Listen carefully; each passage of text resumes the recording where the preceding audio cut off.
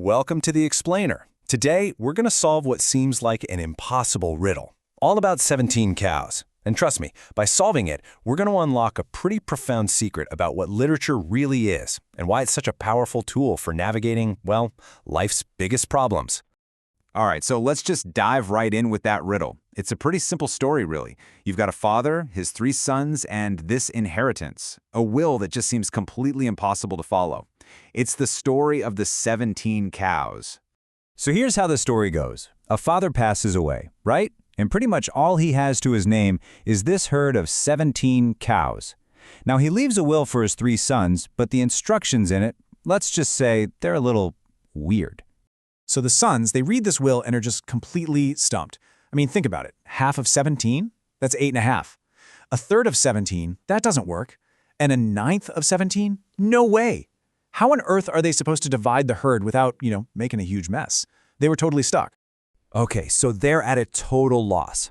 As a last resort, they decide they need help. So they go to this wise man, a guy who was a really close friend of their dad's, just hoping, he can make some sense of this impossible situation.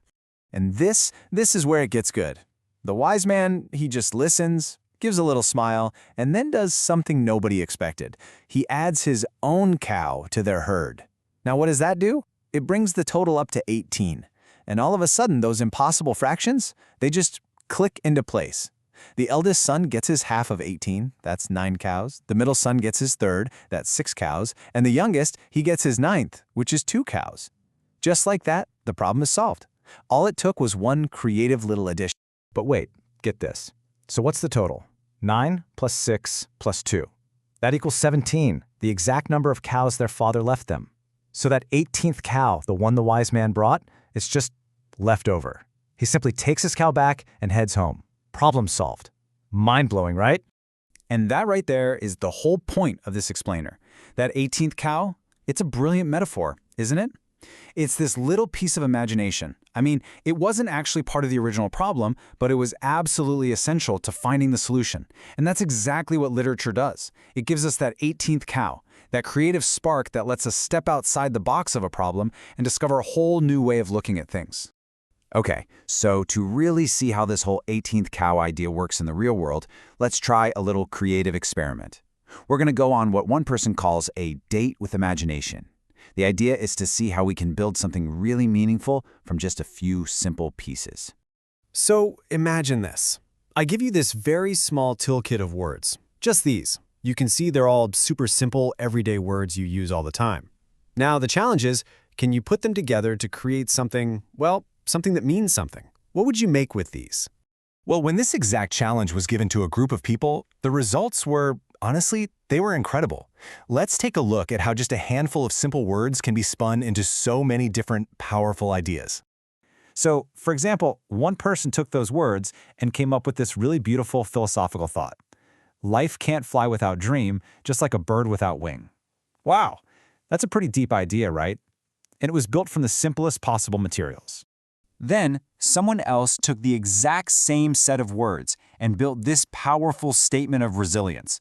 Broken wings can't break me down. Totally different feeling, right? It's all about that unbreakable spirit, that even when you're hurt, you're not defeated. Same words, completely different message. And this is just a perfect illustration of the main point here. The raw material, the words, was super limited.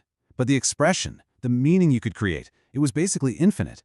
That's the magic, the alchemy of literature. It's about taking simple tools and building something profound. Now, there's a pretty cool reason why these simple words seem to fit together so powerfully. It turns out they were originally put together by the incredible poet Langston Hughes. He took these very same building blocks and crafted this absolutely timeless poem. Okay, so everything we've talked about, the story with the cows, this experiment with words, it all brings us back to the big question. What is literature, really? I mean, what makes it so different from just everyday language? Well, there's this amazing, ancient concept from the Indian poet Kalidasa that gives us a really beautiful way to think about it. He called it Vagartha, and the idea is that real literature is born when 2 things fuse together perfectly. Vak, which is the sound, the rhythm of the words, and Artha, which is their meaning. So it's not just about what you're saying, it's about how you say it. The two are inseparable. Here's maybe a simpler way to put it. Think about the language we use every day, right? To send a text message, order a coffee, it's functional, it gets a job done. But then you have literary language, and that's language that has been like supercharged. One writer called it moltenly alive. It's not just there to give you information, it's there to create a whole experience for you.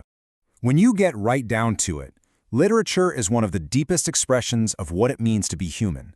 You could say it's the language a soul uses to talk to itself, to figure out its place in the world. And what's so amazing is that even when it's written by just one person, it can somehow capture the shared experience, the collective soul of an entire culture. And that brings us full circle, right back to where we began. Literature.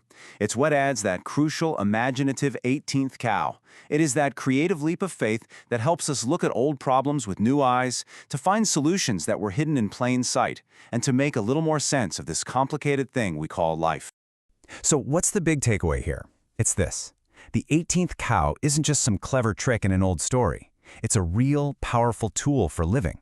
It's a reminder that sometimes the solution to a problem that feels impossible, well, it isn't inside the problem at all. It's just outside of it. So I'll leave you with this thought to chew on. Where in your life, right now, do you need to find an 18th cow?